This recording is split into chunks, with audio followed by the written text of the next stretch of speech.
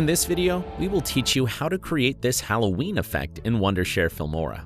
Start by shooting a video in which you pull your head upward and record a blank video of the same location. Place your footage on track 2. Identify the moment when you are pulling your hair or head upward and split the footage at that point. Duplicate the split part on track 3. In the mask section, use the pen tool to create a mask around your head. Add path keyframes and adjust the mask position to follow the movement of your head.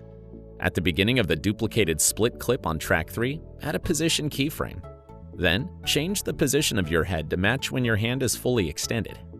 Duplicate the split clip once more, this time placing it on track 4. In the mask section, remove the existing mask. Select the pen tool and create a mask around one eye. Add path keyframes and adjust the mask position frame by frame. Then, add another mask for the second eye and adjust its position frame by frame. In the Color tab, make changes to exposure, brightness, contrast, highlight, shadow, and white set to 100, and black set to -100. In the Curve section, adjust the alpha curve to make the eyes appear as white, demonic eyes. Select the head clip, go to the Color tab, and create keyframes for vibrance and saturation. Go to the HSL, Hue, Saturation, Luminance settings, and create keyframes for red saturation, red luminance, orange color saturation, and luminance.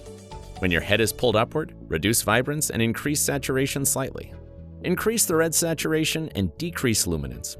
For orange, decrease saturation and increase luminance. Place the blank clip on track 1 and add an adjustment clip on track 5. Use the adjustment clip to perform color corrections for the entire effect. Render the animation to preview it.